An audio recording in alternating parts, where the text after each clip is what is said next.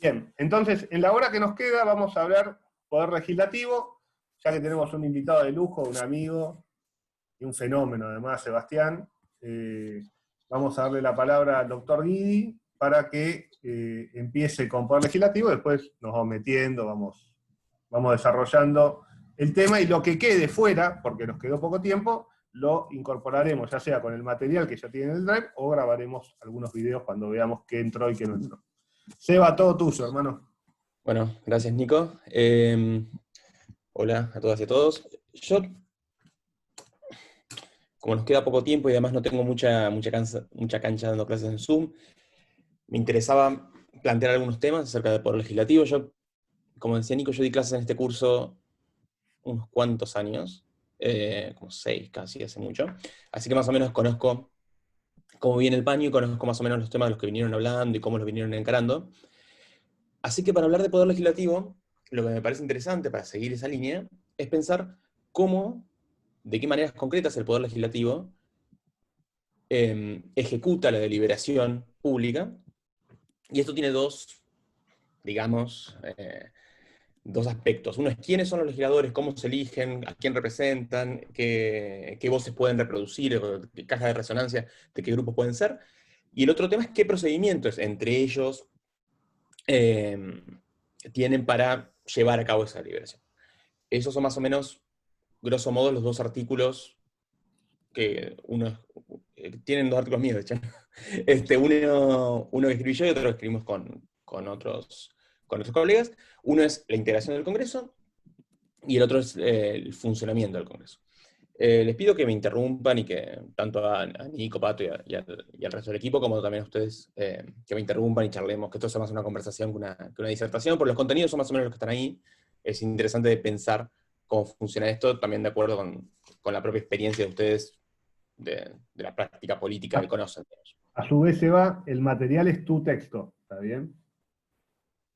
El material Sí, sí, sí. bibliográfico sos vos. Bueno, entonces voy a Con lo hablar del cual, autor para presten sentirme... atención porque el material les está hablando. Voy a, voy a hablar en tercera persona como el Diego para sentirme importante, entonces, y voy a hablar del texto. Pero empecemos por la integración del Congreso. Voy a recitar un poco de educación cívica como para ponernos en mapa, después estaría bueno tener unas discusiones o unas charlas sobre algunos aspectos puntuales. El Congreso está compuesto por dos cámaras, una Cámara de Diputados y una Cámara de Senadores. La Cámara del Senado, los senadores representan a las provincias y a la Ciudad de Buenos Aires, los diputados representan a los habitantes de la nación. ¿Qué les llama la atención? Por ejemplo, pensemos un poco en el Senado. El Senado, la intención del Senado es un modelo reproducido básicamente de la Constitución de Estados Unidos. Originalmente el Senado tenía 2 senadores por provincia, ahora tiene 3, desde el 94. Y tiene la particularidad que no representa, en teoría, si uno lee la Constitución, representa a las provincias, no al pueblo de las provincias. Es un matiz, pero ahora que los senadores se eligen por elección popular, por ahí queda un poco menos evidente. Ustedes piensan que hasta el 94, de hecho, no hasta el 94, hasta el 2001, que fue la primera elección de senadores, los senadores los elegían las legislaturas provinciales, excepto en la capital, que se elegía indirectamente mediante electores que votaban a los senadores, que así fue, por ejemplo, el senador Alfredo Palacio, Fernando de la Rúa, toda esta gente que era votada por el pueblo de la capital.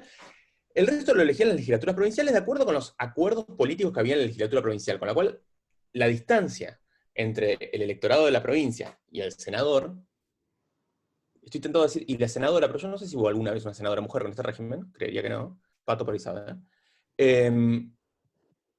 ¿Una?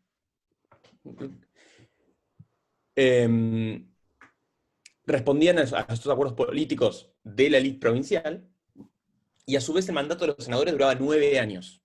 Con lo cual, entre que un senador era elegido por una coalición provincial, etcétera, etcétera, pasaban 9 años hasta que se elegía el otro, un montón. Digamos. Piensen que un senador elegido cuando se votó a Cristina con el 54% en 2011, recién ahora terminaría el mandato. Piensen todas las cosas que pasaron en ese tiempo. Está bien que el tiempo ahora se aceleró, pero de todas maneras, lo que quiero decirles es que el Senado estaba pensado explícitamente como un órgano separado de la voluntad popular. Esto es lo que quiero decir con esto de la duración del mandato, de de carácter indirecto de la elección y demás. Era un órgano, piensa en otra cosa.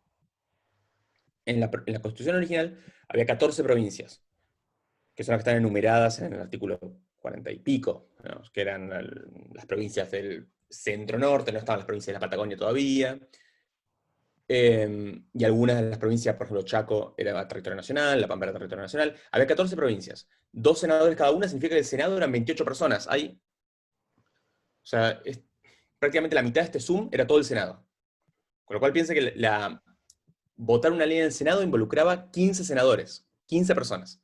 Eran una de las cámaras. Ahora uno está acostumbrado a ver las cámaras como los hemiciclos, que son más o menos grandes. En ese momento era un consejo de notables, ¿no? Esa era la función del Senado. ¿Para qué teníamos este consejo de notables? Que incluso, si se fijan, tiene algunas de las funciones, como por ejemplo, dar el acuerdo para los embajadores, dar el acuerdo para los jueces. En Estados Unidos, no en Argentina, tiene la función de aprobar los tratados internacionales. En Argentina las hacen ambas cámaras. Es una especie de consejo asesor del presidente, en algún sentido, representando a las provincias. ¿Por qué tenemos este consejo está pensado como este consejo de notables? Porque abajo tenemos lo que era el gran miedo de los constituyentes norteamericanos, que era la Cámara de Diputados, que en Estados Unidos se llama Cámara de Representantes. Ahora nos parece loco, porque ahora uno ve a un Congreso que, digamos, uno si le tiene, entre comillas, miedo al Estado, uno tiende a tenerle miedo al presidente. En ese momento los constituyentes le tenían miedo al Congreso, porque pensaban que el Congreso, particularmente la Cámara de Diputados, por su elección popular, por la fuerza, por la presión que podía ejercer el pueblo sobre los representantes, podía llegar a vulnerar los derechos de las minorías. Derechos de las minorías, que en ese momento seguramente ya lo hablaron, no estaban pensando en minorías étnicas ni sexuales, ni nada por el estilo, se estaban pensando en la minoría de los ricos, ¿no?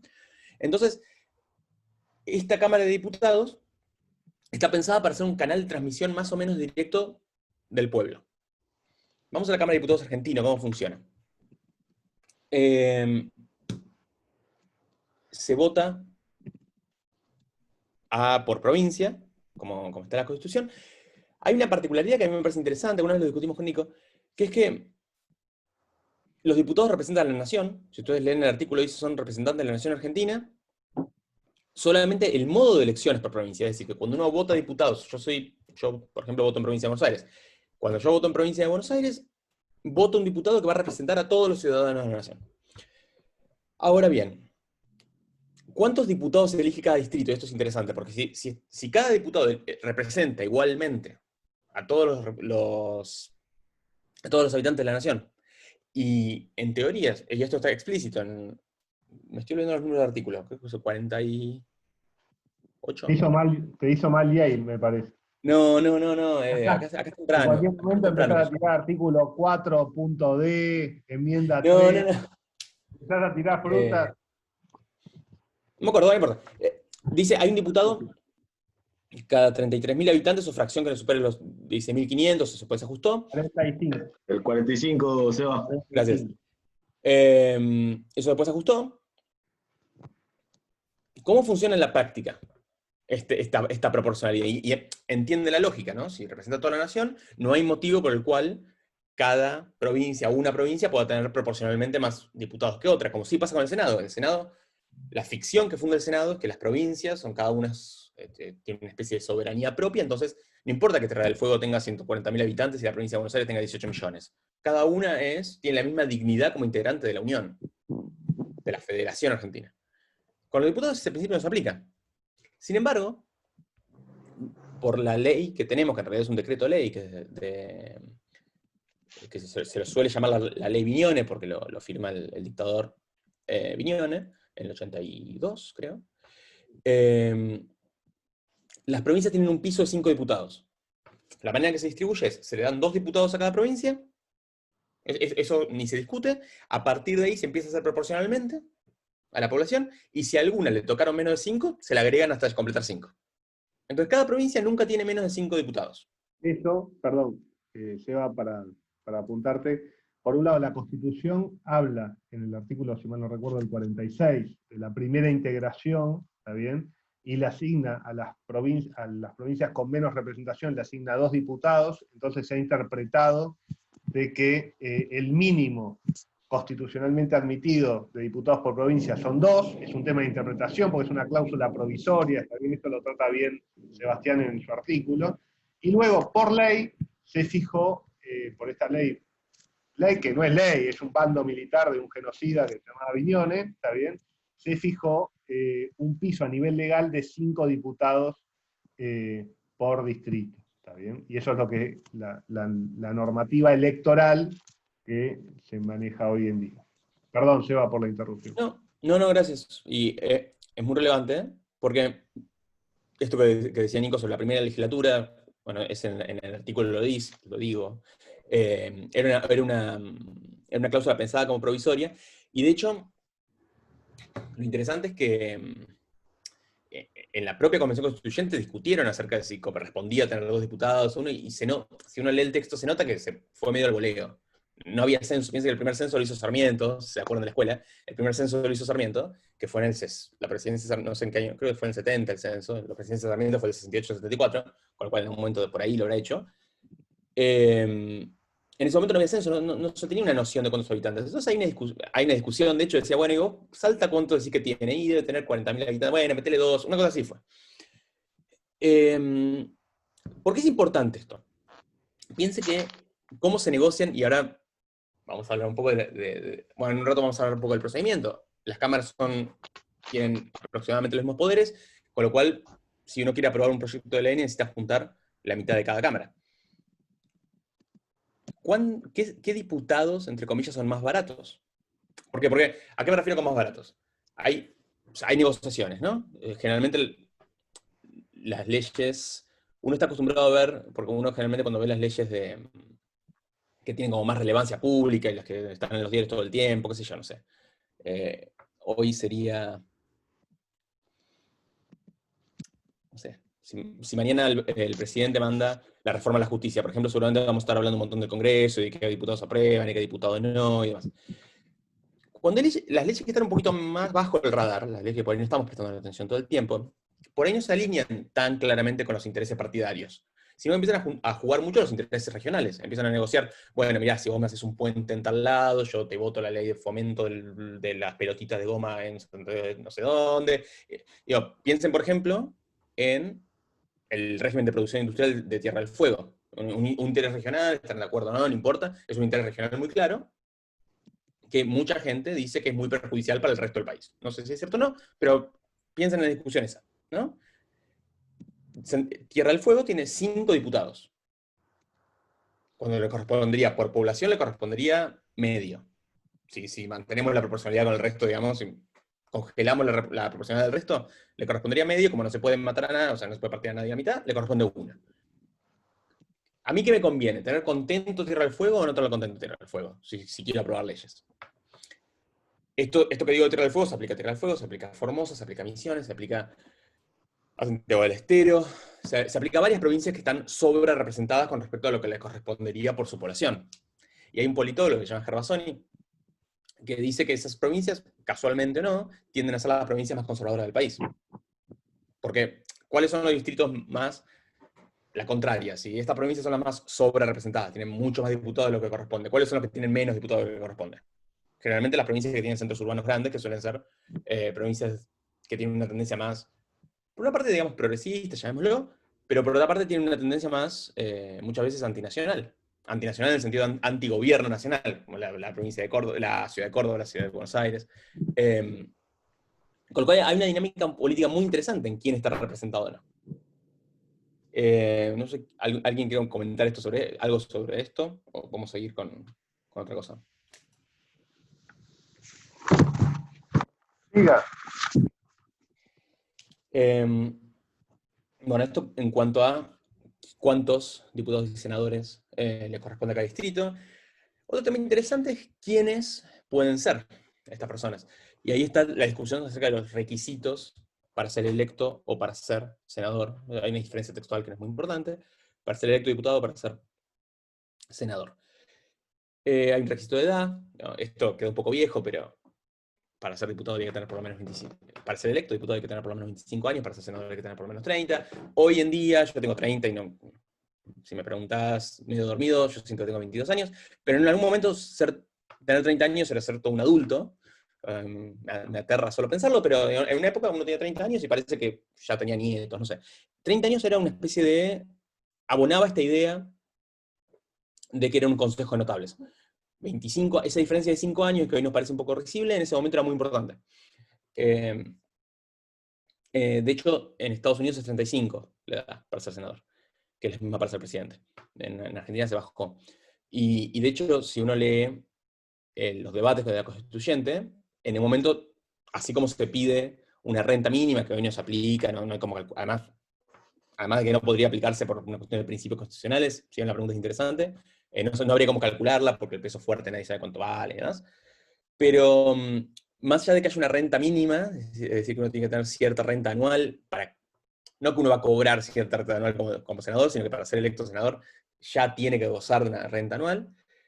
En la convención constituyente, algunos oponían a este requisito, decían que no lo formulaban como que era antidemocrático, pero sí decían que excluía gente. Pero incluso los que se oponían a esta renta anual, sí pedían que hubiera algún tipo de calificación especial para ser senador. Que hubieran prestado servicios a la patria, excepcionales servicios a la patria, que fueran personas reconocidas. Siempre está esta idea de que los senadores tienen que ser un poco más que los diputados, digamos. Está el tema de la edad, está el tema de la renta, que como les decía no se aplica, pero es interesante para pensar cómo se piensan diferente un senador y un diputado. Y está el tema que es común a ambos del nacimiento. Una persona, un senador, por ejemplo, ahora vamos a diputados, pero un senador, para representar una provincia, tiene que haber nacido en esa provincia, bueno, Ciudad de Buenos Aires, o haber residido por lo menos los últimos 2 años consecutivos en esa provincia. Esto se instrumenta de una manera, o sea, generalmente es medio raro, ¿no? Bueno, iba a ir a los detalles de la ley electoral. Si yo por ejemplo, nací en la provincia de Buenos Aires. Si yo mañana vivo en otra provincia, por ejemplo, vivo en Ciudad de Buenos Aires, yo por más que no tenga domicilio en provincia de Buenos Aires, la puedo representar, digamos. Ni siquiera tengo que vivir ahí en ese momento. Yo con nacer circunstancialmente en una provincia, uno ya gana el derecho a representar esa provincia. Es interesante, algunos, de hecho en la Constitución del 53, no en la del 60, no en la de 1860, para ser diputado este requisito no estaba, porque ¿cuál era la regla, lo que pensaron? El diputado representa a toda la nación, entonces no importa dónde vive, dónde vivió, lo que importa es que representa al país, que entonces es argentino.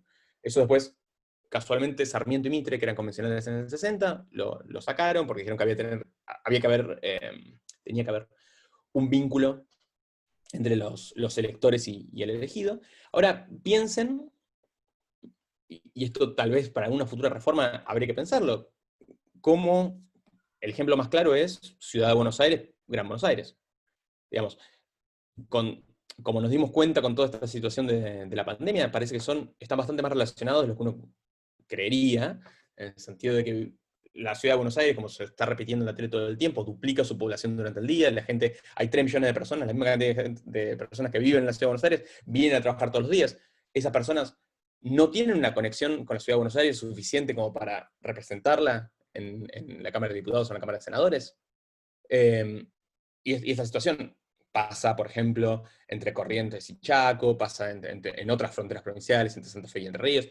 Hay varias situaciones en las cuales hay gente que vive sea porque vive en zona de frontera, digamos, entre dos provincias, o porque hay gente que tiene su vida dividida en varios distritos. Yo viví mucho tiempo en la Ciudad de Buenos Aires y tenía mi familia en otra ciudad, digo, y pasaba los veranos en esa ciudad. Digo, hay situaciones de ese tipo que por ahí quedaron un poco viejas, o la regulación quedó un poco vieja para acomodar eso y habría que pensarlo. Y de hecho, cada elección se ve estas situaciones de medio, llamémoslo trampitas, de diputados, senadores o candidatos que se inventan un domicilio en algún lado para ser candidatos. A veces uno podría decir, bueno, son trampas. Otras veces hay situaciones en las que la regulación se presenta como muy rígida para lo que es la realidad de la vida de esas personas. Ni conozco cómo venimos de tiempo, porque por ahí me estoy... no está bueno. 30 minutos acá en este tema. Bueno, seguí. No, quería ver porque justo en el chat alguien puso algo. En algún momento hubo una reforma o cambio sobre esos requisitos. Sobre esos requisitos, como decía, del 53 para el 60, es decir, de la Constitución del 53 para el 60, se cambió esto que yo decía acerca de la residencia de los diputados. Tiendo a creer que fue la única reforma que hubo. Estoy pensando. Porque la edad se mantuvo, la nacionalidad se mantuvo, y la renta se mantuvo. No tengo idea por qué no se cambió en el 94 el requisito de la renta. Digamos, es algo que se dijo que se iba a cambiar, no se cambió. Es una buena pregunta. La próxima vez que esta clase me voy a fijar. No me acuerdo quién la preguntó, lo puedo averiguar. Si se discutió en la constituyente del 94 o si simplemente quedó fuera del núcleo de conciencias básicas y por eso ni siquiera se tocó. Tendería a creer que pasó eso. De todas maneras, para el 94 ya nadie se lo tomaba en serio ese requisito. Nunca. Yo alguna vez hice el trabajo de buscar, alguna vez alguien impugnó a alguien en la Cámara Electoral por no cumplir con este requisito, y siempre se lo sacan de encima con cuestiones de legitimación o cuestiones procesales. Seba, Nunca hubo un fallo sobre el contenido de este requisito, pero tampoco nunca nadie se lo toma más en serio. una cosa. Sí. A mí me parece interesante ver que a pesar de que uno puede pensar que tanto la edad quedó como anticuada, como el requisito de ingreso, muchas veces uno piensa que no se aplica, pero de alguna manera opera en la lógica del sistema, porque uno ve que en el Senado tiende a haber personas que representan al poder económico. O sea, me acuerdo, estaba en su momento uno de los grandes exportadores de aceite, Urquía, están los industriales, los petroleros, siempre como que hay una idea de que para ser senador, en la práctica política, se necesita así una billetera fuerte. Y también son personas que siguen siendo grandes, o tendencialmente mucho mayores que la de diputados. Entonces, a pesar de que uno puede pensar que no tienen gerencia, la realidad es que sí la tienen de alguna manera. Sí, hay una explicación para eso. Es verdad, es completamente cierto, que la composición de las cámaras, si uno la ve, cambia mucho. Yo en un momento tenía el dato en la cabeza que lo quería decir ahora y no me sale, del promedio de edad de diputados y senadores. Igual no era tan. Era más alto del Senado, no era extremadamente más alto, era un par de años más alto. Pero es cierto que en el Senado sigue siendo, es más prestigioso ser senador que diputado. O sea, si un diputado lo ponen de candidato al senador, el resto de diputados lo felicitan. Y si reelige, no lo felicitan. Eso está como en el sentido común del sistema político, y en general ser senador es como más prestigioso y demás. Ahora, hay otro tema. Los senadores son menos, digamos. Un senador es el 1,5% de la Cámara, más o menos. Un diputado es el 0,35% de la Cámara. 0,4. Un tema ahí, Seba, quizás no para detenerse demasiado, pero sí para hacer referencia, es el tema de cómo es el tema de la residencia en la ley electoral, en los 2 años, cuándo hay que cumplir los requisitos, si al momento de la elección, si al momento de la jura, al momento de tomar posesión, bueno.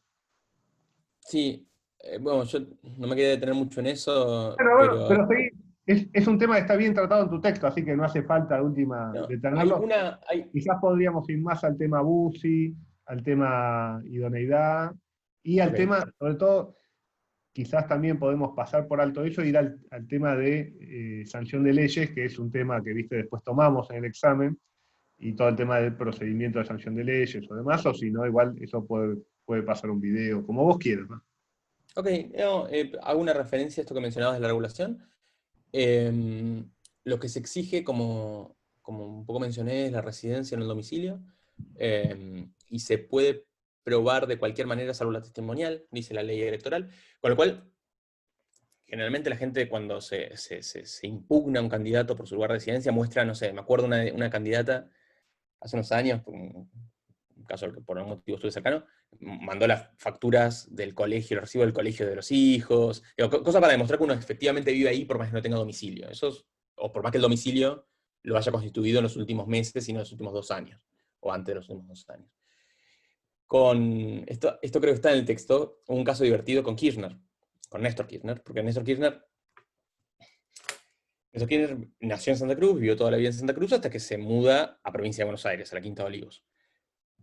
Él vive en Quinta de Olivos desde el 25 de mayo de 2003 hasta el 9 de diciembre de 2007. Por otro artículo de la Constitución, que por razones súper circunstanciales está ahí, cuando uno está prestando servicio federal no se computa los efectos del domicilio. Esto estaba pensado, creo, para los militares, ¿no? Entonces, si uno es militar y lo mandan a 2 años a Salta, se considera que sigue viviendo donde estaba antes de que lo mandaran, ¿no? Y en realidad la idea de todo esto era justamente que no perdieran conexión con el lugar en el que estaban. Entonces, Kirchner, por más que en ese momento viviera físicamente en provincia de Buenos Aires, se lo seguía considerando que vivía en Santa Cruz. 2 años después, él quiere ser, y de hecho es, candidato a diputado. Entonces, él, desde el 9 de diciembre de 2007 hasta la fecha en la que se presenta como diputado, que las elecciones ese año fueron en junio, una cosa rara de la historia, pasó 1 año y medio, con lo cual no había vivido todavía 2 años en provincia de Buenos Aires, porque obviamente Cristina, su mujer, era la presidenta, con lo cual él vivía con su mujer, con lo cual él seguía viviendo en provincia de Buenos Aires. Y esos meses que vivía con su mujer, que no tenía cargo público, sí se contaban como que vivía en provincia de Buenos Aires. No eran los 2 años de servicio federal. La Cámara Electoral termina validando la candidatura, y es interesante porque tiene que hacer unas contorsiones rarísimas. Porque, ¿qué pasa? Esto es tan de abogado que me duele, pero piensa en lo siguiente. El tipo empieza a vivir en provincia de Buenos Aires, a los efectos de la ley, el 10 de diciembre de 2007. ¿No? Cuando le entrega la banda a Cristina, al mediodía del 10 de diciembre. Los dos tienen que vivir 2 años en provincia de Buenos Aires. Estos 2 años se van a cumplir al siguiente 10 de diciembre. Y los diputados asumen, por más que el mandato empiece el 10 de diciembre, asumen unos días antes, cuando son las sesiones preparatorias, que eso está en otro texto. Entonces, Kirchner tenía que asumir el 5 de diciembre, una cosa así. No le daban los 2 años por 4 días. Y ese es el argumento que los que lo impugnan, que era la Unión Cívica Radical en aquel momento, dicen eso. Nunca va a llegar a los 2 años porque matemáticamente no llega. Obviamente la Cámara Electoral no le iba a prohibir a Kirchner ser candidato, y esto ya, digamos, el derecho chocó un poco con la realidad, era impensable que la Cámara le prohibiera a Kirchner ser candidato. Y además, hay otra cosa. Llegado el caso, en un caso medio loco, Kirchner podían retenerle la asunción hasta que cumplía los 2 años, y no pasaba nada. Decía, bueno, mira, sí, pero asumís unos días más tarde, y no pasaba nada. Si quieren, lo interesante de ese fallo es cómo la Cámara se escapa de hacer cualquier consideración y hace una cuenta medio rara. Si algunos lo leen es interesante, porque la cuenta no cierra por ningún lado. Caso Bussi. No lo tienen asignado, ¿no? ¿Nico? Estás muteado. ¿A qué te referís, Che, con no lo tienen asignado? El fallo no, tiene el texto, que lo cuenta, pero... ¿Tienen el texto? No, creo que está el fallo. Está el fallo. ¿Está? Los únicos 2 fallos creo que son Bussi y Famil, creo que están. Ah, ok. Pero el texto está seguro. Bueno, quiero hablar ahora, porque quiero hablar de procedimiento, ¿no? Pero, Bueno, Seba, habla sí. de lo que quieras. Si querés ir No, a no, pero me parece interesante. anda a procedimiento porque tampoco te queda tanto tiempo, así que como vos lo tengas pensado, está perfecto. Bueno, entonces, bueno, lean Bussi.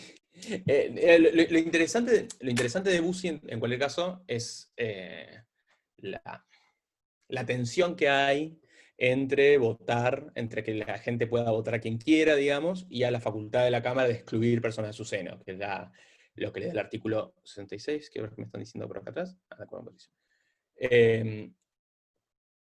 Quiero mencionar una cosa que no está en el texto, porque no tiene estos textos asignados, y me parece importante por lo menos mencionarlo, que es la cuestión de los fueros.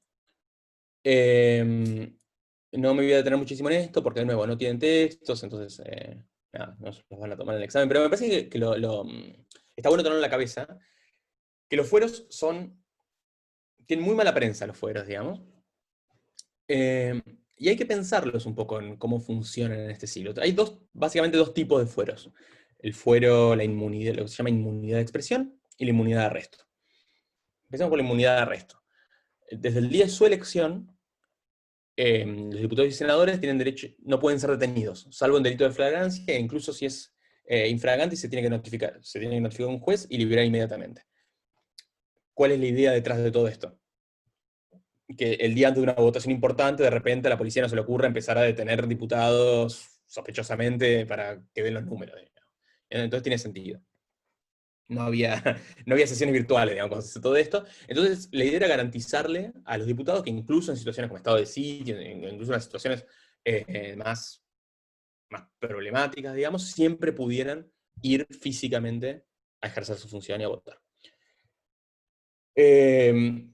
Hay incluso hoy, que sigue habiendo gente que se enoja por los fueros y demás, hasta el año 2000, que es la ley de fueros que está vigente hoy, a los diputados y senadores ni siquiera se los podía enjuiciar. Hoy, a un diputado o un senador se le puede hacer juicio, puede tener condena firme, se pueden cumplir todos los requisitos, no se lo puede llevar por la fuerza a declarar, puede declarar por escrito, puede negarse a declarar, pero sí, como podría negarse a declarar cualquier diputado, ¿no? Pero no se puede llevar por la fuerza. Pero se lo puede condenar. Y el día que se le termine el mandato, se lo mete preso. Eso hoy puede pasar. Hasta el año 2000 no. Hasta el año 2000 ni siquiera se lo podía enjuiciar por delitos penales relativos a su función o no relativos a su función. Hoy sí. De hecho, Carlos Menem, por ejemplo, senador, ¿tiene condena firme, Menem, Nico? ¿Está firme? No está firme la condena de Menem todavía.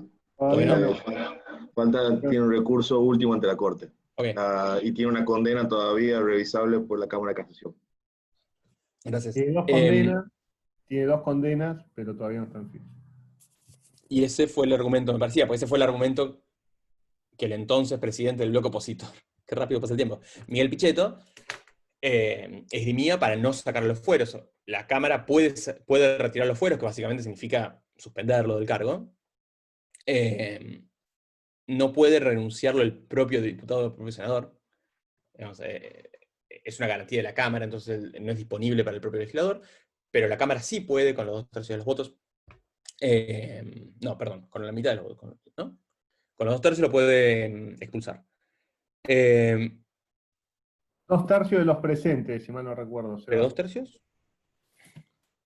Ahora lo chequeo. Para cuando le llegue el pedido de desafuero. Yo lo chequeo. O tiene el pedido de desafuero de un juez, digo. No la expulsión.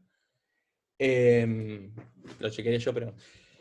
¿Qué estaba diciendo? Y entonces Pichetto decía, bueno, esto es una garantía tan importante para el funcionamiento de la Cámara que hasta que no haya condena firme, el Senado no va a... 2/3 de sus miembros, artículo 66. ¿Y el 70? El 70, querella, bla, bla, bla, 2/3 de los votos, también, suspender en funciones. Ahora no. Gracias. La Cámara de Diputados no siguió el mismo criterio con Julio Devido, por ejemplo. Acerca de qué tan importante era el requisito de la condena firme para suspender o desaforar a un legislador. El otro, comillas, fuero, es la inmunidad de expresión. Lo que dice el artículo 68.9 es que ningún legislador puede ser molestado judicialmente por expresiones vertidas en el ejercicio de su función. Eso es interesante. Nada, según la jurisprudencia actual, que está medio cuestionada y vamos a ver cómo evoluciona, no se le puede hacer una querella penal, pero tampoco se le puede hacer un juicio civil, es decir, uno le llega un juicio, uno es, qué sé yo, no sé, uno es diputado, no sé, Elisa Carrió, que tuvo unos cuantos juicios de este tipo. Le llega el caso a los jueces, el juez tiene que decirle, no, yo acá no me meto. Hay toda una discusión si esto ya es muy finito, pero es una cuestión de inadmisibilidad, o sea, una cuestión de fondo, que eso es relevante, si quieren lo charlamos. Pero en principio no se puede hacer nada con esa expresión. No se puede hacer una querella penal, no se puede hacer un juicio civil, no se puede hacer nada. ¿Cuál es la idea de esto? La idea de esto es la deliberación pública toma lugar en el Congreso y no queremos que la deliberación pública esté inhibida de ninguna manera por los miedos que puedan tener los legisladores a ser molestados, con la palabra de la Constitución, ser molestados judicialmente. No tienen que estar de ninguna manera restringidos en su libertad para decir lo que quieran. Ahora, hay algo interesante acá. Esta cláusula es del 53, de 1853. El mismo año en el que se sanciona el artículo que dice que el pueblo no delibera ni gobierna, sino a través de sus representantes. ¿No? Si uno tiene una concepción más robusta es la deliberación pública, y uno cree que la democracia se ejerce no solamente de acuerdo o a través de los representantes, sino que todos en algún sentido estamos ejerciendo, tenemos la posibilidad de intervenir en el debate público y hacer que las acciones del gobierno en algún sentido sean sensibles a la deliberación pública que todos tenemos, y no solamente la deliberación pública canalizada a través de las instituciones legislativas. ¿Por qué los legisladores tendrían más protección a la libertad de expresión que el resto de nosotros? Y de hecho, fíjense que esto lleva a unos resultados raros. Por ejemplo, imagínense que, no sé, que mañana Nico, que no es diputado, va a un debate en la tele con Fernando Iglesias. Ya. El debate sería desigual. Fernando Iglesias podría hablarle a Nico, perdón, este es un ejemplo, Nico, pero me divirtió mucho me divirtió mucho la escena. Fernando Iglesias podría insultarlo, podría decirle lo que quiera, podría mentir, y Nico no. Nico sí podría ser molestado judicialmente por sus opiniones vertidas en el ejercicio del debate público. Les pongo un ejemplo un poco menos dramático. Piensen en el Consejo de la Magistratura. ¿Estuvieron en esa clase? No, todavía, ¿no? El Consejo de la Magistratura es el órgano que selecciona al juez, lo sanciona, gobierna el Poder Judicial, y está integrado tanto por diputados, senadores, como por otros representantes. Representantes de los jueces, representantes de los abogados, representantes de los académicos, un representante del Poder Ejecutivo. Supongamos que están debatiendo en el Consejo de la Magistratura una sanción a un juez. Los diputados y los senadores del Consejo si uno cree que este artículo de los fueros legislativos, de los fueros legislativos de expresión, sirven para algo, y realmente los protegen, los diputados y senadores están más protegidos que sus colegas que tienen que votar en el mismo órgano que ellos. Lo mismo para comisiones que integran los diputados. No sé, estoy pensando. Hay muchas veces que los diputados y senadores integran comisiones de algún tipo con comisiones oficiales o extraoficiales, con representantes de la sociedad civil, con demás. Siempre estamos, en algún sentido, desnivela el campo. De nuevo, producto de una visión en la cual la libertad de expresión era importante para los legisladores, porque la deliberación era lo importante para los legisladores. Entonces, eso es algo para pensar. Si la libertad de expresión de los legisladores es necesariamente más que la de todo el resto. Hay una cuestión con los suplentes. Vamos a hablar de procedimiento ahora, ya que estamos hablando de la deliberación. Hay un par de... Estoy pensando en qué orden ir. Un proyecto de ley, digamos, ¿cómo funciona el caminito de un proyecto de ley? Se presenta un proyecto de ley, se debate en comisión, se debate en la Cámara, pasa a la otra Cámara, se debate en comisión, se debate en la Cámara, pasa al presidente, el presidente lo promulga o lo veta. Ese es el camino. Vamos a ir por cada uno de estos pasos. Proyecto de ley. ¿Quién puede presentar un proyecto de ley? Los diputados y los senadores, en principio, individualmente o colectivamente. Cuando es colectivamente es dentro de cada Cámara, es decir, varios diputados, varios senadores, no entre ambos, digamos. Generalmente, si ustedes ven los proyectos, hay, entre comillas, esta distinción la estoy inventando en este momento, pero uno a veces ve que hay proyectos presentados por una o dos personas, y a veces uno ve que hay proyectos presentados por muchas personas. Generalmente cuando está presentado por muchas, por más que formalmente todos lo presentan, se considera que el primer firmante es el que lo presenta, o los primeros dos firmantes. Y esto es interesante porque en la dinámica legislativa muchas veces se ve que hay alguien que lo está impulsando el proyecto, y que en algún sentido tiene la voz cantante del proyecto. Lo que quiero decir es que es difícil que haya iniciativas, o que las iniciativas sean tratadas como iniciativas auténticamente colectivas. Es como que hay una dinámica que tiende a individualizar la autoría y el empuje de cada proyecto.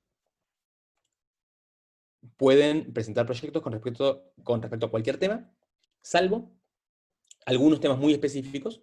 Por ejemplo, los diputados, o mejor dicho, los proyectos relativos a impuestos o a reclutamiento de tropas, dice la Constitución, sí o sí entran por diputados. Se ha interpretado que esto significa que el presidente también lo puede mandar a diputados, aunque si uno lee el texto parecería que dice que solamente los diputados lo pueden presentar. Y en el Senado, solamente en el Senado se pueden iniciar los proyectos vinculados a la Ley de Cooperación Federal y el fomento igualitario de las provincias argentinas. Todo el resto puede entrar por cualquiera de las dos cámaras. Y lo puede presentar cualquiera. Entonces, diputados, senadores, el presidente de la Nación puede enviar proyectos a cualquiera de las dos cámaras, con las restricciones que les acabo de mencionar, y el presidente sí puede enviar sobre cualquier tema. Y está la iniciativa popular, es decir, si uno junta una cantidad ridícula de firmas, que es el 1,5% del padrón, en por lo menos 5 jurisdicciones, uno puede presentar un proyecto ante la Cámara de Diputados, que además está obligada a tratarlo. Obviamente no se puede instrumentar esta obligación, en manera de ejecutar esta obligación, pero en teoría está obligada a tratarlo, que es el único tipo de proyecto que está obligado a tratar. Entra el proyecto y va la presidencia de la Cámara, lo gira a comisión. ¿Qué significa? Que ve qué comisiones son temáticamente relevantes para el proyecto. El proyecto de aborto tiende a ir a la comisión, no sé cómo se llama ahora, Familia y Mujer, creo, no sé cómo se llama ahora. A la Comisión de Penal, a la Comisión de Legislación General, a la Comisión de Salud, porque son las comisiones que están más o menos vinculadas al tema del proyecto. Acá hay toda una cuestión acerca de cómo se conforman estas comisiones y quién decide a qué comisiones va. Y esto suele ser un problema. En teoría, las comisiones, piensen en una comisión en diputados, la Cámara de Diputados tiene 257 integrantes, y una comisión suele tener 20 y pico, 30 diputados, que en teoría son proporcionales a la integración política de la Cámara en general. En teoría. Y además, las presidencias de las comisiones, que son importantes porque son las que deciden el paso al que van los proyectos, qué tratar primero, qué tratar después, a quién llamar, cuánto retrasar los proyectos y demás, se distribuyen a principio de año según también la fuerza política de la Cámara, quién se queda con las comisiones más importantes y demás.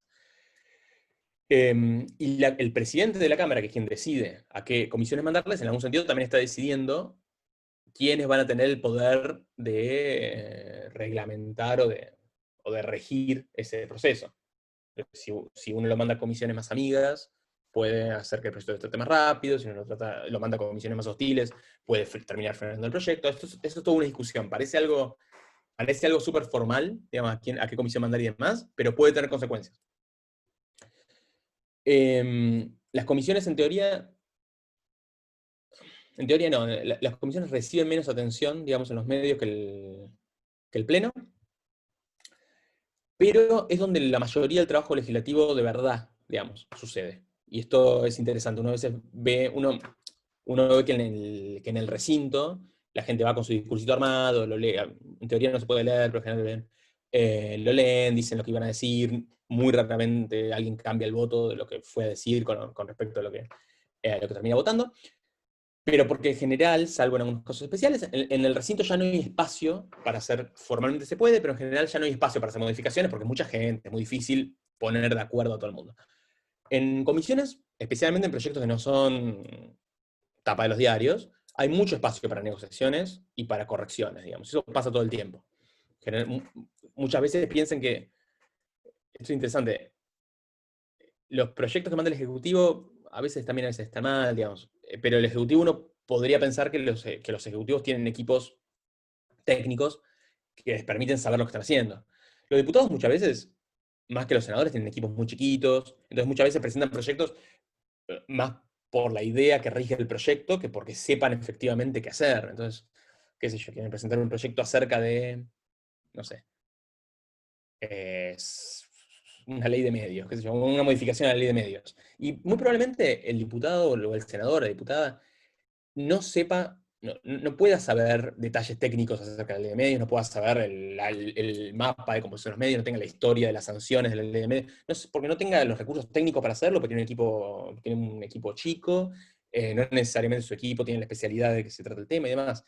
Entonces, a veces los diputados presentan proyectos más o menos como pueden, digamos, y después la comisión los trata y les da formato técnico, porque en la comisión sí, después va a haber gente que está más especializada en un tema, gente que puede pedir informes al Ejecutivo, etc. Las comisiones tienen que dictaminar. Un dictamen es una opinión, es decir, dicen que la Comisión de Legislación Penal estudió el proyecto en consideración. ¿Pato? Sí, creo que se ve muy bien tanto en Argentina como en Estados Unidos. La idea de la comisión tiene esta razón de división del trabajo y de especialización de los propios diputados, que tiene esta idea de que los diputados van adquiriendo cierto conocimiento, cierto know-how sobre diferentes temas, y que, por tanto, el debate en la comisión tiene un carácter, no sé si querés llamarlo epistémico, o más técnico, que después en el Pleno, la idea es que de los 257 diputados, no todos saben sobre medio ambiente, pero la idea es que haya miembros de la Comisión de Medio Ambiente que sean realmente especialistas. Entonces, la discusión en la comisión tiene un trabajo mucho más fuerte que el que se espera en el Pleno de la Cámara. Agrego una cosita. No solamente tiene un carácter bien técnico, sino que no van los diputados a las reuniones de comisión mayormente.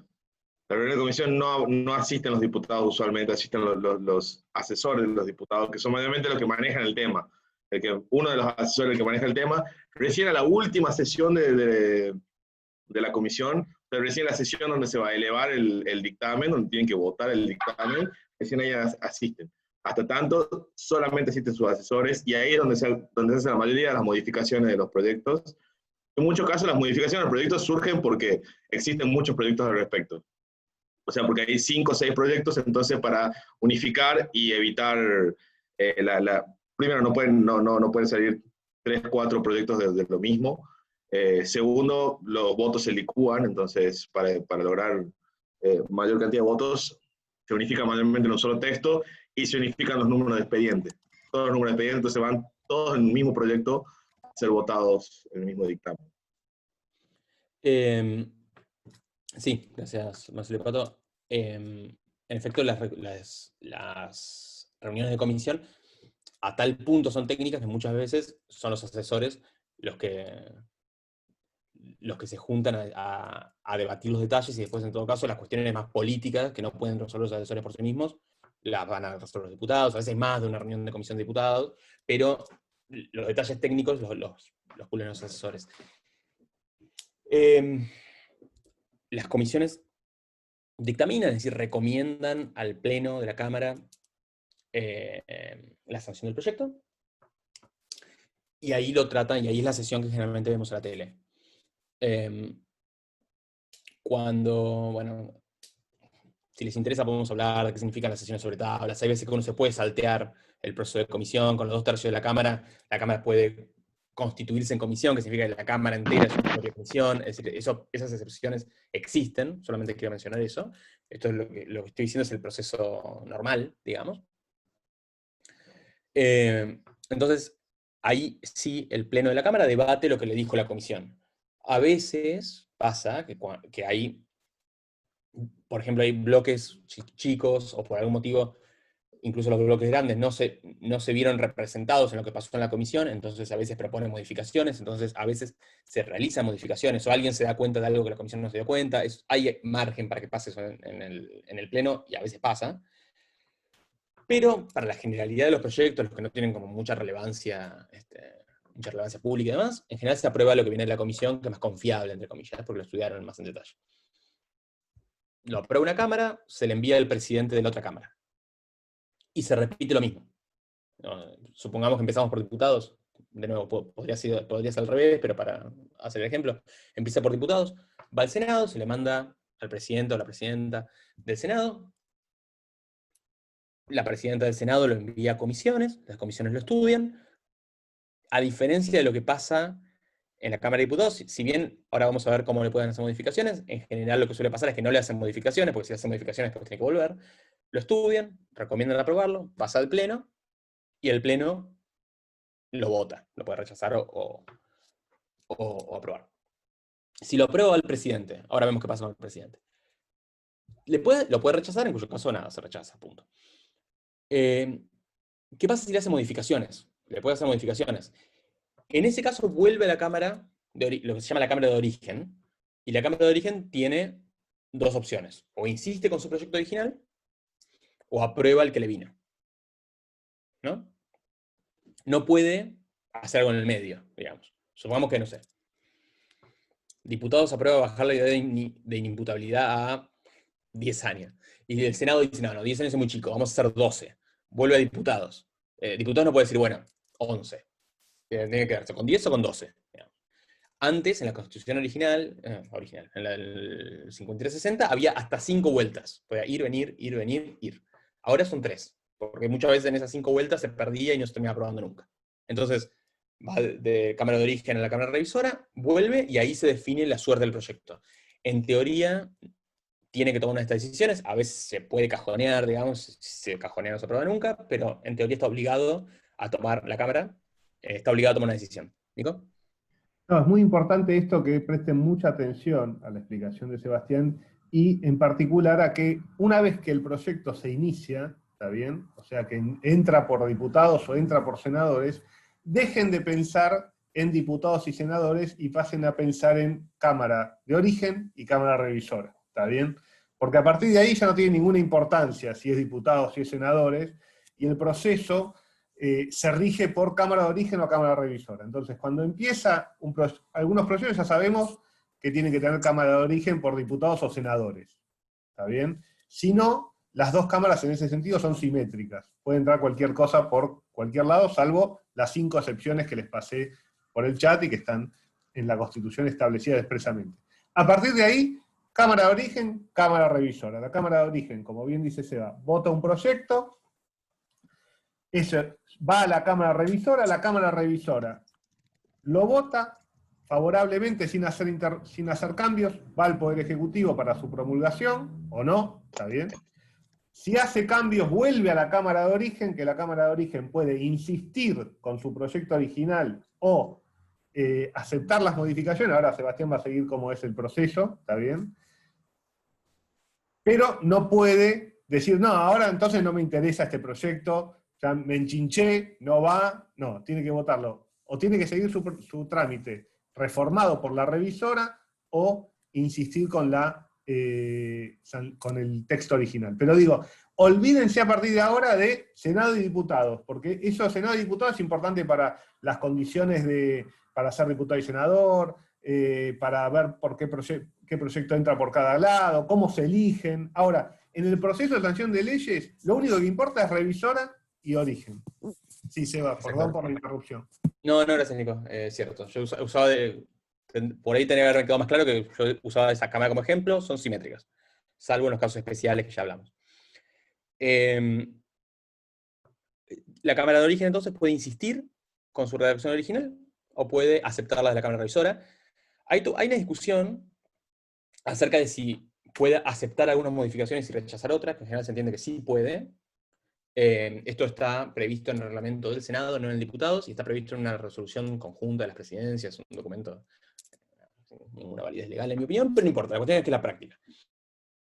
La práctica es que, por ejemplo, si un proyecto tiene varios artículos y hay varias modificaciones que no están relacionadas entre sí, digamos, no hay motivo para el cual la Cámara de Origen no pueda aceptar algunas y quedarse con su redacción originaria en otras.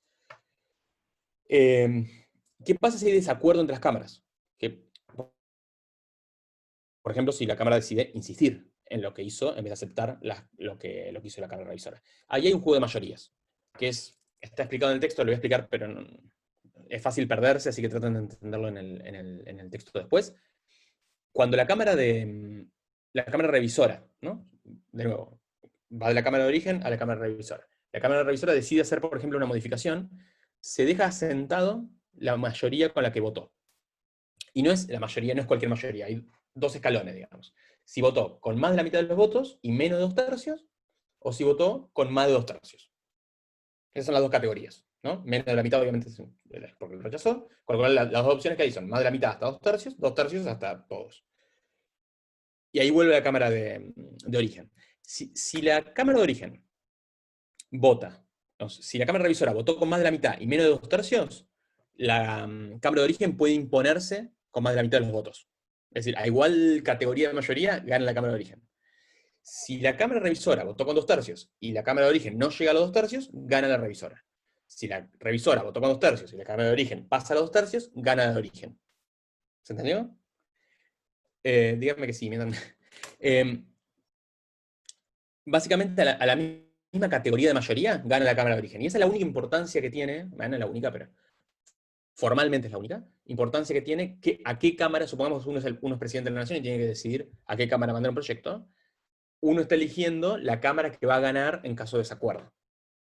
Entonces, esa es la importancia que tiene, además de la importancia política, por supuesto, que a veces a uno le conviene negociar con una cámara con la otra, y hay varias cosas que cruzan, pero además importa a los efectos de la redacción de la Constitución, de la redacción del procedimiento, importa esto.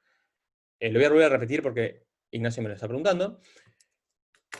A estos efectos, o sea, los efectos de la insistencia y el desacuerdo de las cámaras, para ver la otra pregunta que está haciendo, hay dos tipos de mayorías a estos efectos. Después, para otras cosas hay otras. A estos efectos hay dos tipos de mayorías. Más de la mitad de los miembros presentes, o más de los 2/3 o más de los presentes. ¿No?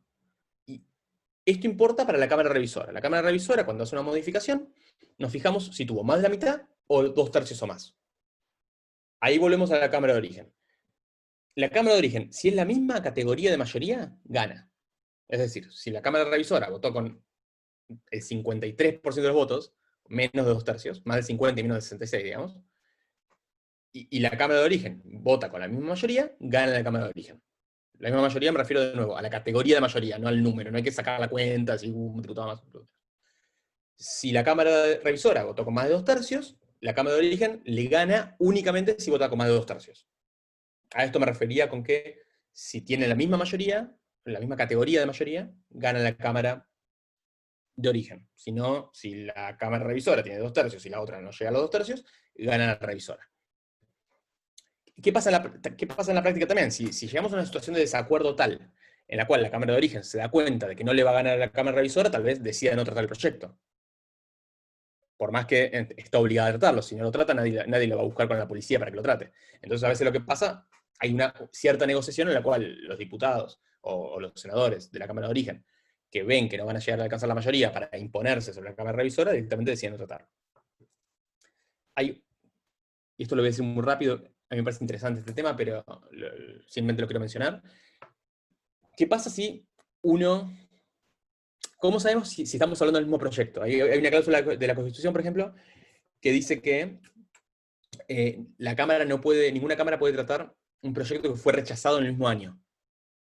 ¿Qué significa que sea el mismo proyecto? Si le cambia una coma, ¿es el mismo proyecto? Supongamos que en 2018 el Senado rechazó el proyecto sobre legalización del aborto, por ejemplo. Si se presentaba otro proyecto, pero por ejemplo de despenalización del aborto, no de legalización del aborto, es decir, que no incluía toda la regulación acerca de la provisión de abortos en hospitales públicos y demás. ¿Era el mismo proyecto o era un proyecto diferente? La misma cuestión se aplica a la cuestión de la Cámara de Origen, Cámara Revisora. La Cámara de Origen manda un proyecto a la Cámara Revisora. La Cámara Revisora agarra ese expediente, digamos, y cambia el proyecto de tal manera que es irreconocible. Vuelve a la Cámara Revisora vuelve a la Cámara de Origen. Y no llega a la mayoría necesaria para modificarla. ¿Es el mismo proyecto? Es una cuestión que no está resuelta, si hay como una especie de apelación a la esencia del proyecto, algo parecido, pero no hay una respuesta clara acerca de esto, y es una discusión que ha aparecido en algunas ocasiones. Voy a decir algunas palabras sobre el veto, y sobre lo que puede hacer voy a hacer un paréntesis sobre las mayorías, y después hablo sobre el veto, y ya creo que estamos para terminar, ¿no, Nico? Sobre las mayorías. Esto está en el texto, con el cual no me quiero... Te diría que la idea sería, no sé, 10 minutos más, una cosa así, como Sí, para sí, sí, sí. redondear. Creo que queda el veto, pero quería mencionar el paréntesis de las mayorías, solamente para llamarles la atención sobre este punto. Hay algunas leyes que requieren mayorías especiales, que son las leyes que por algún motivo se consideran que necesitan un nivel de acuerdo mayor a las leyes normales. La ley de aborto, por ejemplo, el Código Penal, el Código Civil, ese tipo de leyes requieren la mayoría de los miembros presentes, ¿sí? Que más de la mitad de los miembros que están ahí en ese momento voten. Cuestiones vinculadas a partidos políticos, cuestiones electorales, cuestiones vinculadas a procedimientos, por ejemplo, el Consejo de la Magistratura, la iniciativa popular, la ley de consulta popular, requieren la mitad de los miembros totales de la Cámara, es decir, 129 diputados o 37 senadores.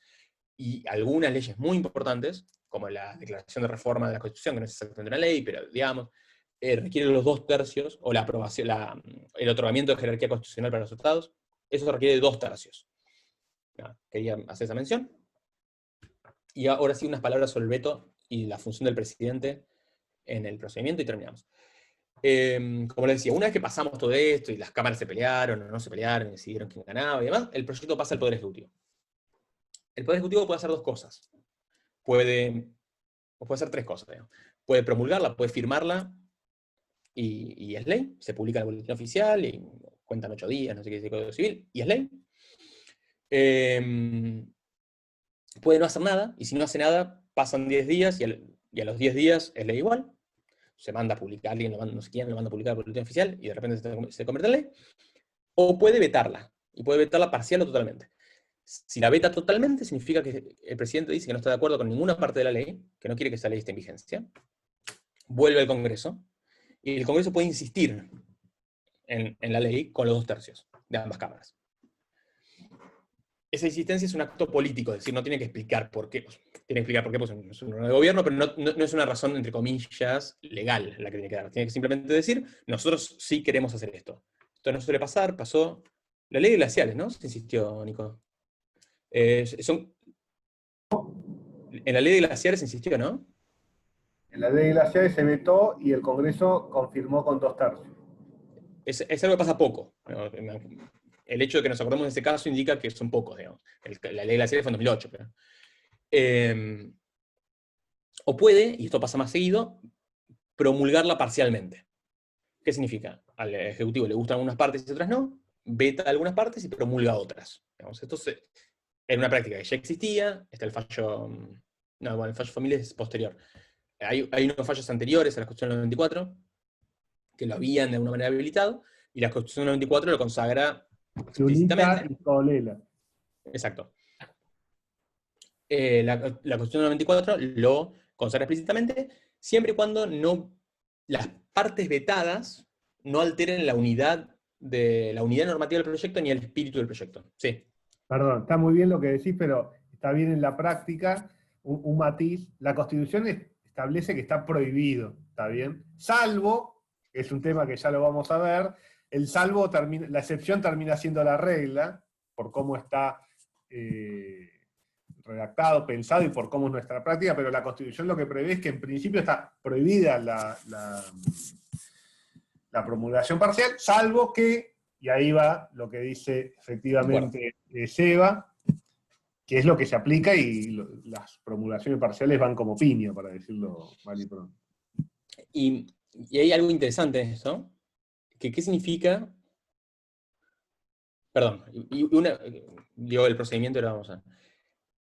Cuando se veta parcialmente, vuelve al Congreso también, pero vuelve de dos maneras, digamos, vuelve con dos sombreros.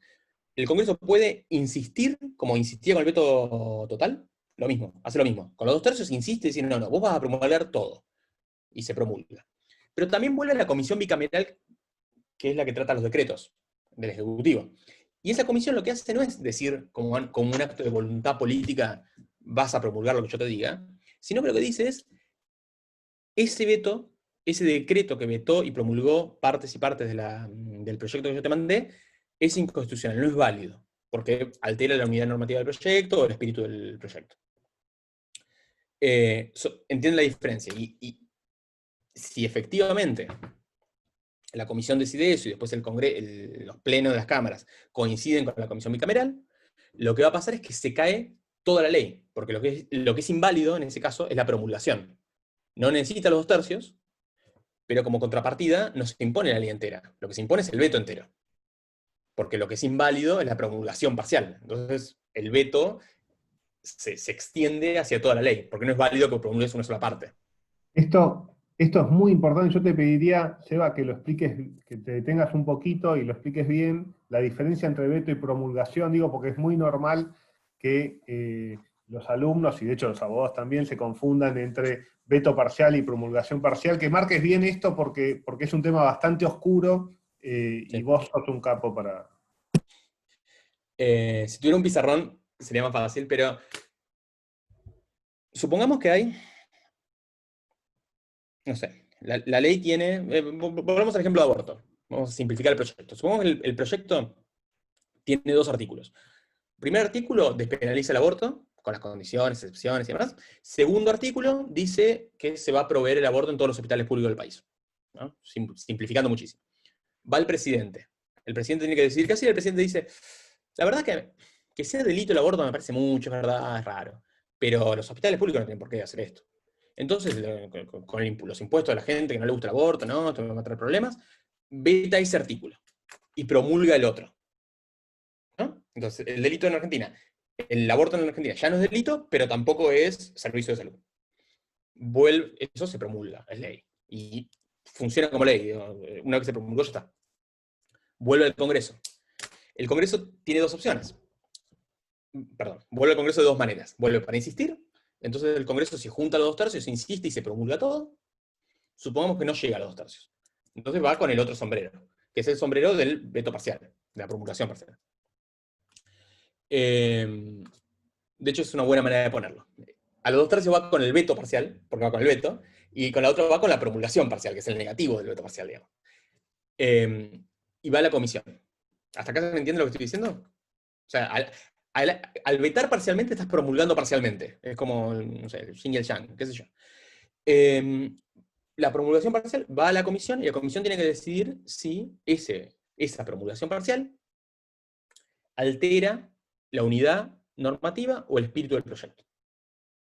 Si la comisión decide que sí, porque la comisión dice, miren, en realidad el aborto es un derecho, no es solamente una cuestión penal, sino nosotros lo que queremos es que las mujeres tengan derecho a interrumpir su embarazo y no queremos que las mujeres de menos recursos sean discriminadas por la falta de edad, puede decidir eso. Ahora, si decide eso, se cae toda la ley.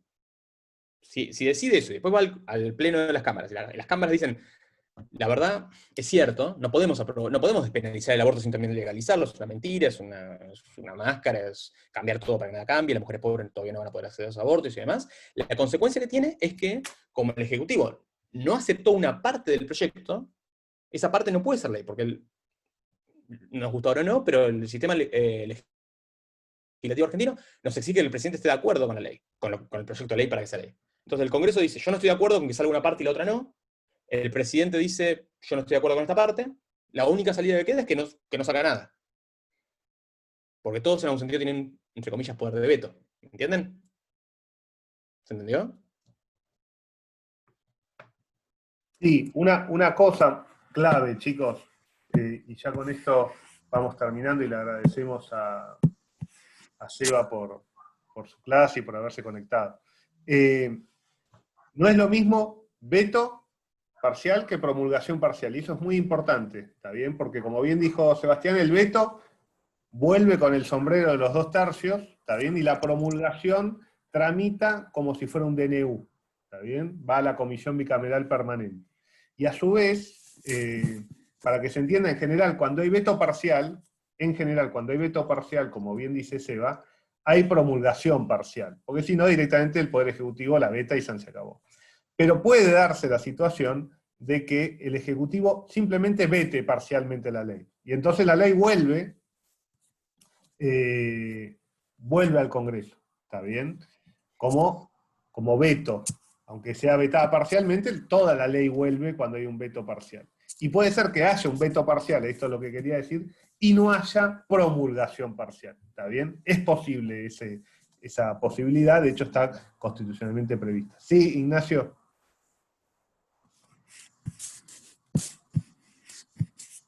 No, fue sin querer que levanté la mano. Perdón. Sí, Seba, perdón. ¿Qué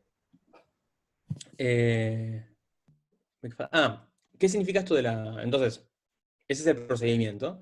Y decíamos, la comisión bicameral va a analizar si se vulneró el espíritu del proyecto o la unidad normativa del proyecto. ¿Qué significa eso? Y hay dos maneras de verlo esto, y con esto sí terminamos. Hay dos maneras de ver esto. Una es, en algún sentido, que el intérprete, digamos, del proyecto vea que una parte es necesaria para la otra.